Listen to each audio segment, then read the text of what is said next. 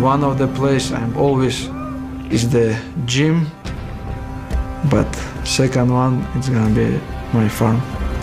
This is my dream, to make big farm. We have a lot of animals, small sheep there, deer. I think we have almost 1,000. We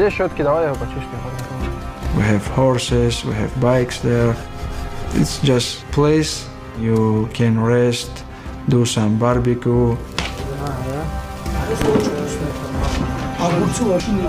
You can spend good time with the friends. I need the place, you know. This is the traditional chaban hinkal. It's the food which the grandfather, grandmother eating, and they live almost 100 years. Most important things, the people who are around you.